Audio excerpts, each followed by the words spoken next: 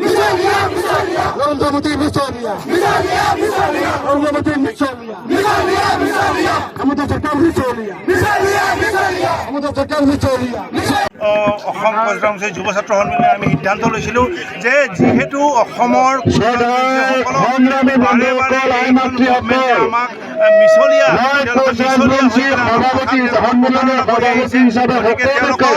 আমি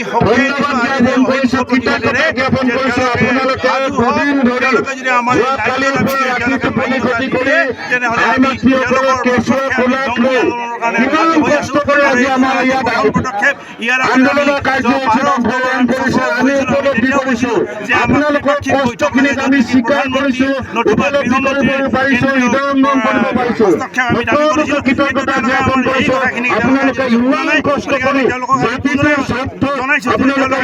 তেতিয়াহ'লে আমি অহা 14 তাৰিখত ধেমাজিত 17 তাৰিখত আমাৰ শিৱসাগৰত জংগীভাৱে আমি সেই প্ৰতিবাদ কাৰ্যসূচী পালন কৰিম আৰু অহা 30 নৱেম্বৰত দিল্লীৰ যন্তৰ মন্তৰত আমি এইখন চৰকাৰৰ আমি প্ৰধানমন্ত্ৰী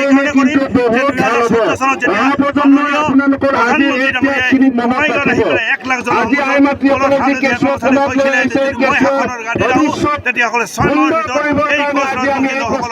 এই কৰিম। গতিকে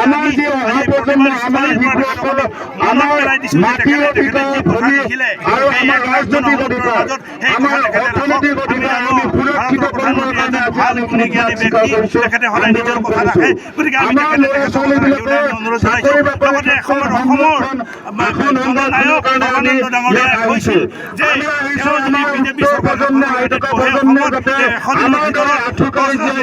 জনজাতিকৰণ কৰিম। আমি পুনৰাই তেওঁক অনুৰোধ কৰিছোঁ, তেখেত অসমীয়া মনত পেলাই দিছোঁ যে অসমৰ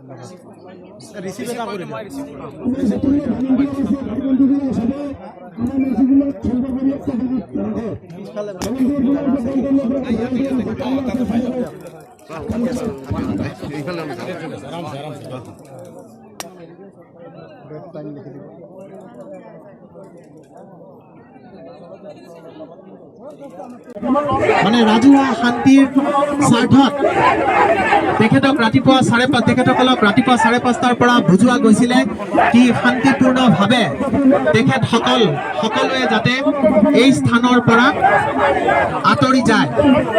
তো ৰাতিপুৱা 5:30টাৰ পৰা বুজোৱা গৈছিলে, কিন্তু এতিয়া 8:50 হৈছে।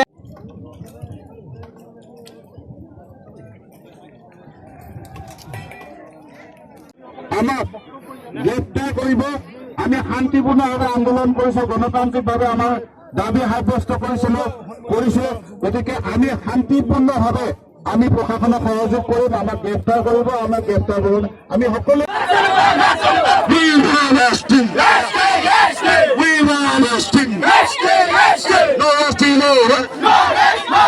আমার দাবি এখন সরকার মিছলি, এখন সরকার এখন সরকার আরো সরকার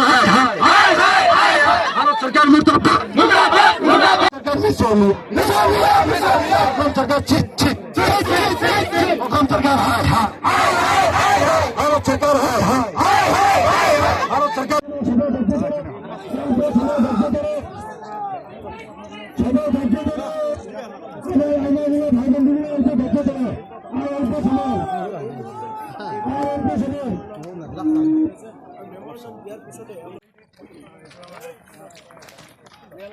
খরচ করলাম আমার ইউজ করব না।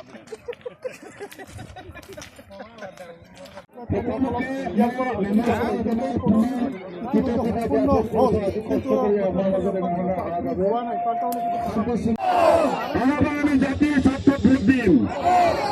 আমি আজি প্ৰতিশ্ৰুতি লৈ যাওঁ, আজি আমি গাঁৱত যেতিয়া যাম ইয়াৰ পৰা উভতি অহাবাৰ নিৰ্বাচনত কিন্তু ৰাজপথ